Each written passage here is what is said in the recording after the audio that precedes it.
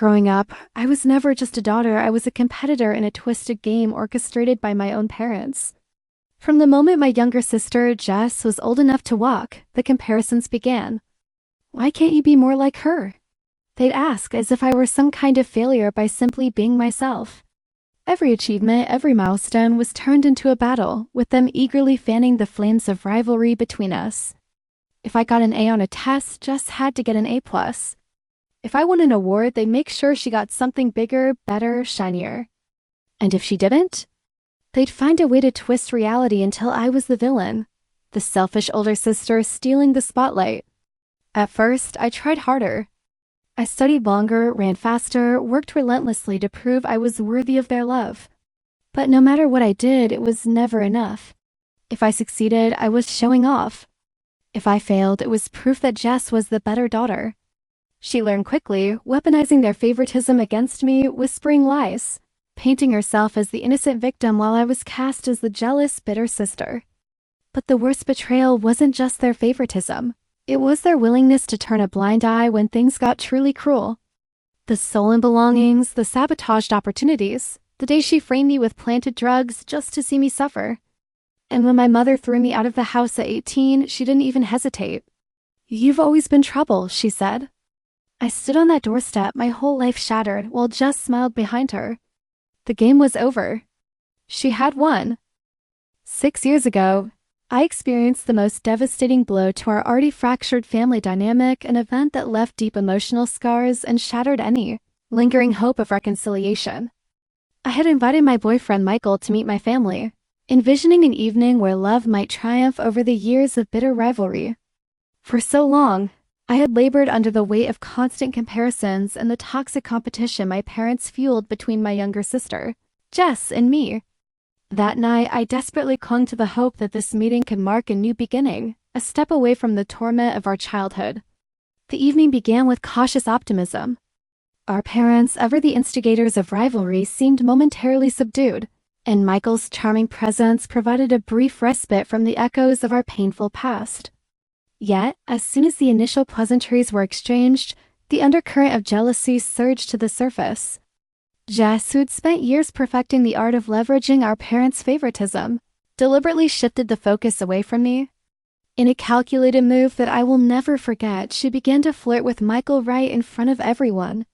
Her provocative gestures and whispered remarks were a deliberate, scornful mockery of the bond Michael and I shared. I felt an overwhelming mixture of humiliation and fury, emotions that had long been simmering beneath the surface finally boiling over.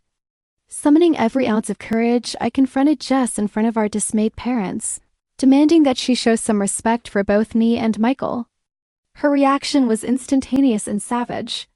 In a moment that blurred the lines between past grievances and present fury, Jess hurled harsh insults that cut deep, and before I could even process her words, she struck me across the face. The slap was not just a physical blow, it was a manifestation of years of repressed jealousy and hurt. In an instant, our family dinner transformed into a chaotic battleground. Our parents scrambled desperately to intervene as Michael tried in vain to pull us apart. The confrontation spiraled into a ferocious altercation, each of us unleashing pent-up anger and pain that had been carefully bottled up for years. That night, the fragile veneer of civility was irrevocably shattered, marking the moment when our long-standing rivalry escalated into a violent conflict, leaving me with a heart heavy with betrayal and a sense of loss that has never truly healed. That night, after the chaos and humiliation of Jess's betrayal and the violent altercation that followed, something inside me finally broke. For years, I had endured the endless cycle of rivalry, manipulation, and cruelty fueled by parents who thrived on pitting us against each other. But as I sat alone in my apartment later that night, my face still stinging from her slap and my heart aching from years of unspoken pain, I realized that this was it. I was done. I spent my entire life fighting for a place in a family that had never truly valued me, trying to earn love and respect that Jess was handed effortlessly. And for what? To be humiliated and attacked in my own home in front of the man I loved? No more. The next morning I made the decision with a clarity I had never felt before. I was cutting Jess out of my life. Completely. At first, my parents refused to accept it. My mother called incessantly, guilt-tripping me with pleas of, "But she's your sister and family should always come first."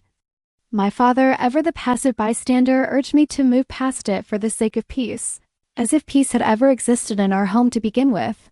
They wanted me to forgive, to pretend that night never happened, to let Jess once again slither her way out of the consequences of her actions. But I refused. Days turned into weeks, and I ignored every call, every message, every half-hearted attempt at reconciliation. Jess, of course, never once apologized, never acknowledged the pain she caused, never admitted to the years of torment. And that only solidified my decision further. I was done playing the role they had written for me. I refused to be the scapegoat, the second best, the shadow to her golden glow. Walking away from my own sister wasn't easy, but it was necessary.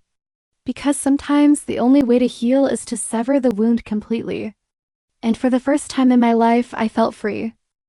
As my wedding day approached, my closest friends and bridesmaids had planned a beautiful bridal shower, small but intimate gathering to celebrate this new chapter of my life.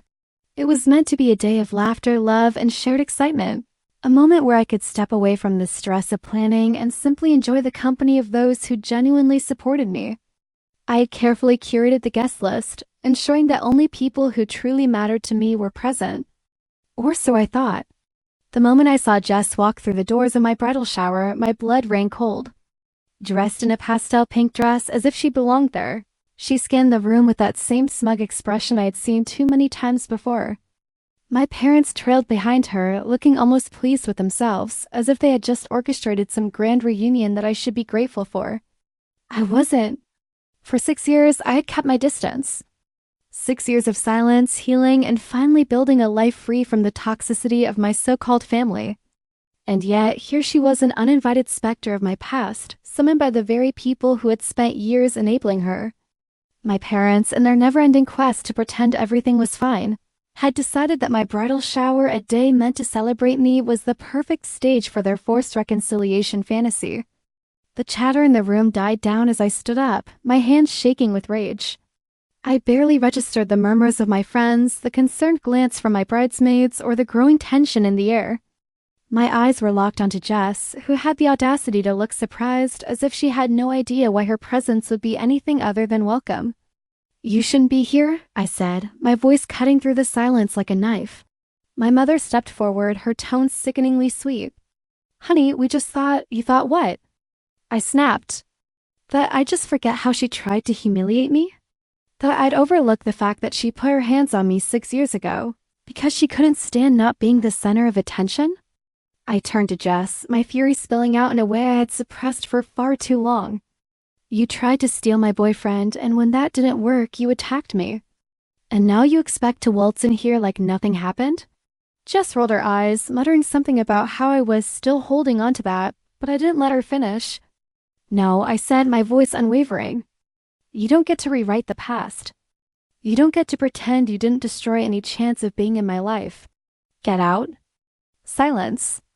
Then, slowly, Jess's face twisted in embarrassment, my mother sputtered excuses, and my father simply looked away. They had lost. And I had never felt stronger. Jess's smirk faltered the moment she realized what had happened. She'd expected warmth, a hesitant but inevitable embrace. The kind of forced forgiveness my parents had always gifted her no matter how much damage she caused. But instead, she was met with cold, unflinching rejection. My words echoed in the stunned silence of the bridal shower, leaving no room for negotiation. Her gaze darted to our parents, silently pleading for backup. My mother wrung her hands, while my father let out a sigh, clearly irritated that his grand reconciliation plan had failed. But no one else in the room spoke up for Jess, not my friends. Not my bridesmaids, not even the distant relatives who had once taken my parents' side in every argument. Everyone knew the truth now. There was no saving face. "I can't believe this," Jess muttered, shaking her head. She wasn't just angry, she was humiliated. "I didn't even want to come. They told me you wanted to talk to me." A bitter laugh escaped my lips. "Then you were just as much a fool as they were for believing that." Jess's face twisted in anger, but she had no retort. With a huff, she spun on her heel and stormed out, her departure punctuated by the sharp click of her heels against the floor. I watched her go, feeling no satisfaction, only relief. She was gone and I could finally breathe. But my father? He wasn't about to let things go so easily. What the hell is wrong with you? He snapped, his face red with barely restrained fury. You're being ridiculous. You refuse to let go of the past like some stubborn childish brat. I refused to be manipulated, I interrupted coldly. You thought you could ambush me, force a reunion I never wanted, and now you're upset that I didn't just roll over and play along? This was your family, my mother pleaded. You'll regret this one day. I met her eyes, unwavering. No, I won't. The fallout from the bridal shower disaster didn't end when Jess stormed out. If anything, it only set the stage for the next act in my mother's relentless campaign to strong-arm me into fixing things. Just days after the party, she called me, her voice strained, carrying that all-too-familiar mix of guilt-tripping and barely concealed demand. I need you to do something for Jess, she said, as if she hadn't just spent the past week seething over my refusal to forgive. Your aunt has an opening at her firm. I told Jess you'd put in a good word. I nearly laughed at the audacity. Are you serious? I asked. You really think I'm going to vouch for her after everything? My mother let out a weary sigh as if I were the unreasonable one. She needs this job and your aunt trusts you. If you just talk to her. She already made her decision, I cut in. Jess isn't getting the job. There was a beat of silence. What? I almost felt sorry for her. Almost. Aunt Linda already looked into her. After what happened at the bridal shower and, Jess's entire history, she decided not to take the risk. My mother's breath hitched and I could practically hear her grasping for another angle. Another way to manipulate me into making this all Jess's fault except for the fact that it actually was. This isn't fair to her, she insisted, her voice rising in frustration. She made some mistakes, but how is she supposed to move forward if people keep shutting doors in her face? She shut those doors herself, I said coolly. I'm not the one who spent years sabotaging relationships and burning bridges. And I'm definitely not going to build her another one. Just so she can set it on fire too. Her silence this time was deafening. For the first time in a long time, I could tell she knew I wasn't budging. And this time, I didn't feel an ounce of guilt. Jess had finally run out of people to manipulate, and for once, the consequences were entirely her own. My mother didn't take my refusal well. She called again the next day, this time trying a different tactic, less anger, more pleading. I know you're upset, but this is her future, she said, her voice carefully measured as if she thought she could reason me into submission. I just don't want you to have any regrets. Regrets? The only regret I had was ever giving my family the benefit of the doubt for as long as I did. She's not my responsibility, I replied, exhausted by the conversation before it even fully began. And honestly, Aunt Linda made the right call. That was the breaking point. My mother, unable to contain her frustration, snapped. You're so selfish. You're punishing her for the past when she's just trying to move on. I nearly scoffed. Move on? She didn't even apologize. She showed up at my bridal shower uninvited, expecting to be welcomed with open arms, and then ran away when she couldn't handle the consequences of her own actions. I took a deep breath, steadying myself. This isn't about revenge. It's about not letting toxic people back into my life. And I'm done explaining that to you. She tried again, but I'd already made my choice. The call ended with her sighing, defeated yet still unwilling to admit she was wrong. And in that moment, I realized that this wasn't just about Jess anymore, it was about all of them. My parents had spent years enabling her, excusing every betrayal, demanding I tolerate behavior that would have been unforgivable from anyone else. And for what? So they could pretend we were a happy family, no matter how much damage they inflicted along the way. I wasn't playing that game anymore. The wedding went on without a hitch, free of drama, free of unwanted guests. And as I stood beside my husband, surrounded by people who actually cared about me, I knew I had made the right decision. Some doors are meant to stay closed. And this time, I wasn't looking back.